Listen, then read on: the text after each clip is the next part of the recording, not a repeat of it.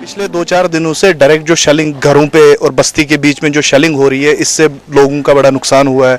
इससे लोग बड़े परेशान हुए हैं और उनको मतलब इतने परेशान है कि घरों से बाहर नहीं। कुछ लोग तो अभी भी फंसे हुए हैं। अभी कुछ फैमिलीज हैं जो बॉर्डर्स पे रहने वाले हैं, जिनका माल मवेशी है, वो तो अभी वहीं है, वो तो कुछ लोग आए नहीं। बाकी लोग छोड़ छाड़ के जो है यहाँ तक पहुंचे, कुछ लोगों को रेस्क्यू करके लेके आए, कुछ लोग खुद ही भाग के आ गए, रात को भाग के आ गए। 98 के बाद कल बहुत दहशत देखी मैंने लोगों में। बहुत सारे बच्चे घबराए हुए थे। स्कूल में जो बच्चे प्राइवेट ट्यूशन के लिए जा रहे थे वो डरे हुए थे। बहुत सारी यहाँ पर परेशानी का बायस बना हुआ था।